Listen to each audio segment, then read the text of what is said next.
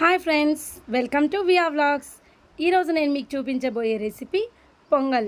పొంగల్ చాలా ఈజీ రెసిపీనేనండి, కానీ టేస్టీగా ఈ కన్సిస్టెన్సీలో రావాలంటే మాత్రం కొన్ని మెజర్మెంట్స్ పక్కాగా ఫాలో అయితే టేస్టీగా ఉండే పొంగల్ ఇట్టే తయారు చేసుకోవచ్చండి. ఇక ఆలస్యం ఎందుకు, కావలసిన పదార్థాలు తయారు చేసే విధానం ఏంటో చూసేద్దాం రండి. మరి పొంగల్ తయారు చేయడానికి కావలసిన పదార్థాలు ఏంటో చూద్దాం రండి. 1 కప్పు బియ్యం, 1 కప్పు పెసరపప్పు, పచ్చిమిర్చి, పసుపు, ఉప్పు, కరివేపాకు, 1 ఉల్లిపాయ. ఇంకా పోపు కోసం ఉద్దిబెళ్ళు, మిరియాలు, జీడిపప్పు, ఆవాలు, జీలకర్ర. ఇక్కడ జీడిపప్పు మన ఆప్షన్ అండి, కానీ వేసుకుంటే చాలా బాగుంటుంది టేస్ట్. మిరియాలు కూడా అంతే, కొంతమంది ఇష్టం లేని వాళ్ళు స్కిప్ చేసేయచ్చు.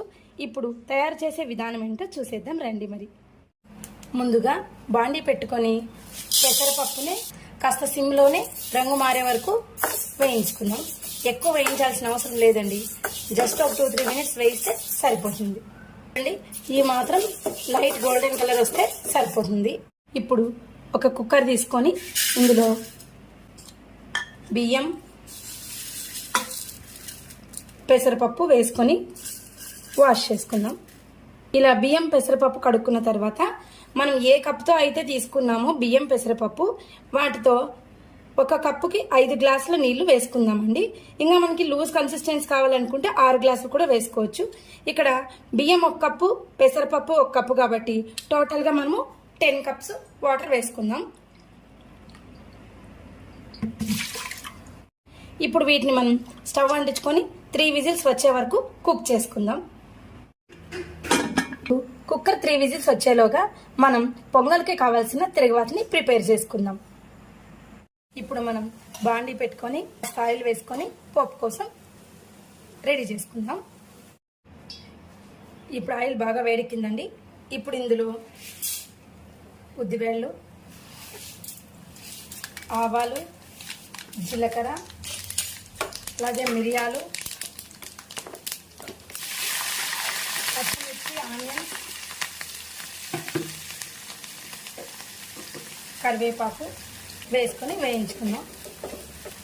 ఇందులో జస్ట్ కొద్దిగా సాల్ట్ వేసుకుందామండి, అట్లయితే ఆనియన్స్ బాగా మగ్గుతాయన్నమాట.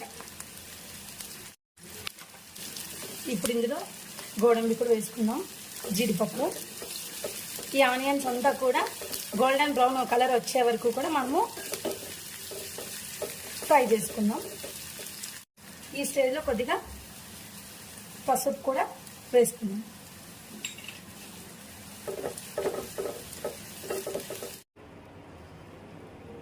మనకి పొంగల్ ఈ స్టేజ్లో ఉన్నప్పుడు ఆన్ చేసుకుందాం.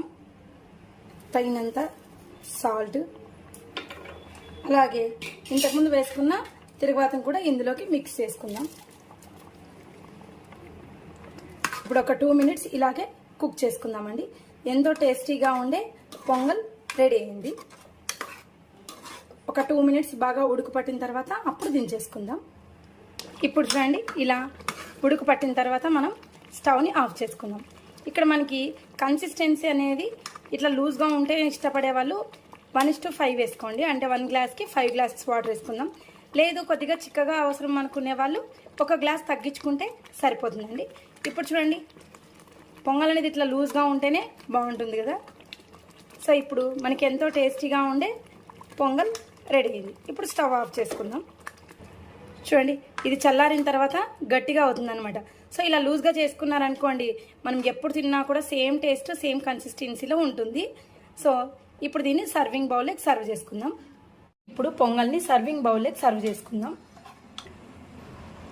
పొంగల్ చిన్నపిల్లలు, పెద్దలు, ముసలి వాళ్ళని తేడా లేకుండా చాలామందికి ఇది ఫేవరెట్ ఫుడ్ కూడా అండోయ్. ఈ మెథడ్లో మీరు కూడా పొంగల్ ఒక్కసారి ట్రై చేసి ఎలా వచ్చిందో తప్పకుండా కమెంట్ బాక్స్లో కమెంట్ చేయండి. ఎంతో టేస్టీగా ఉండే పొంగల్ రెడీ అయిందన్నమాట. సో ఇందులోకి పప్పుల చట్నీ లేదా శనక్కాయల చట్నీ ఏ కాంబినేషన్ అయినా కూడా చాలా బాగుంటుందండి. ఇలాంటి మరెన్నో ఈజీ రెసిపీస్తో మీ ముందుకు వస్తాను. అంతవరకు నా ఛానల్ లైక్ చేయండి, సబ్స్క్రైబ్ చేయండి. Thank you friends, thank you for watching.